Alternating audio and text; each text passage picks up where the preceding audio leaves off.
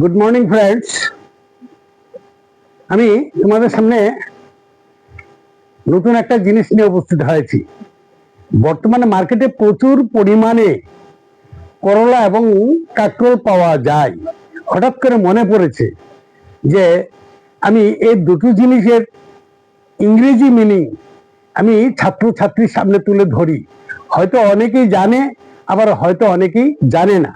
তাই আমি এই দুটো শব্দ তোমাদের সামনে তুলে ধরার চেষ্টা করছি। দেখো বন্ধুরা, কাঁকরোল কাঁকরোল আমরা সবাই খাই, এখন মার্কেটে প্রচুর পরিমাণে পাওয়া যাচ্ছে। তো এটার ইংরেজি শব্দ হচ্ছে কি স্পাইনি গোর্ড অথবা স্পাইনি গার্ড। ওকে, স্পাইনি গোর্ড অথবা স্পাইনি গার্ড। আমি বাংলা প্রনাউন্সিয়েশনটা দিয়ে দিচ্ছি, স্পাইনি গোর্ড অথবা স্পাইনি গার্ড। ওকে, তারপরে দেখো করলা, একটু কেতু তেতু ভাব লাগে, খেতে ভালোই লাগে। ওকে, করলা ইংরেজি কি হবে?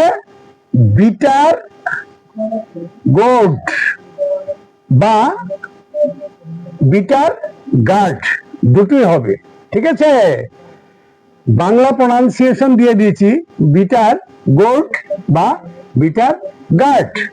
ঠিক আছে, করলা করলা ইংরেজি আরেকটা আছে, অথবা এটা আছে bitter melon. Bitter melon Bangla pronunciation দিয়ে দিয়েছি নিচে, দেখো বিটার মেলন। ওকে বন্ধুরা, এই কাঁকরোল আর করলা এই দুটো শব্দের ইংরেজি ওয়ার্ড আমি তোমাদের সামনে তুলে ধরেছি। যদি তোমাদের ভালো লাগে, তোমরা তোমাদের বন্ধু বান্ধবদের কাছে শেয়ার করে দেবে, কেমন?